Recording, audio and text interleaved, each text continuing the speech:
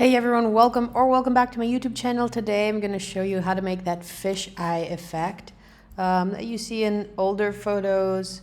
Let's jump right into it. First I'm going to import my image.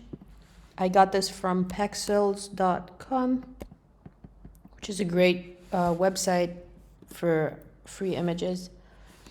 I'm going to right click on my image and rasterize the layer. Then I'm going to go to Filter, Lens Correction. And what you can basically do here is not correct, but distort the lens effect. Just click on the Custom tab, and over here you can already start seeing it. Now we don't want to go too extreme for now because we're going to reapply the effect multiple times. So I'm going to go with probably -25 or also -20. And we're going to bring this all the way to the left and the blue all the way to the right.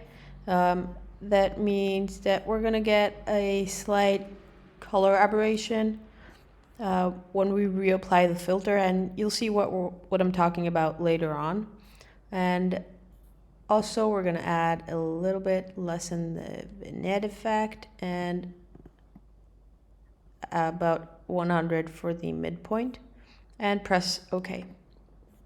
Now, what you want to do is go to Filter and Lens Correction and reapply the effect. So otherwise, you can just click on this shortcut to reapply it. So that's what I'm going to do. And you'll see the chromatic aberration. Let me zoom in so you can see it better. So I'm going to apply it about maybe like 10 times. Look at that.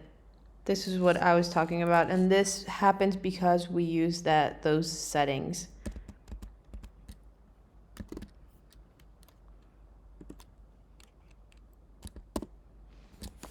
Now, looking pretty cool already with the colors starting to come out of the image. Lastly, what we're going to do is just add some textures. I got these from Texture Labs. They're really good. Otherwise, I have some packs of my own. The link will be in the description down below.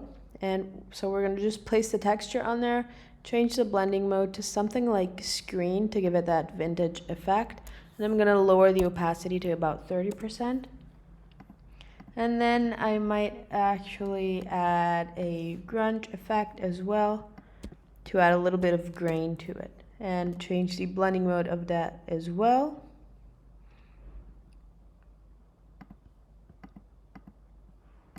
Something like linear dodge looks kind of cool.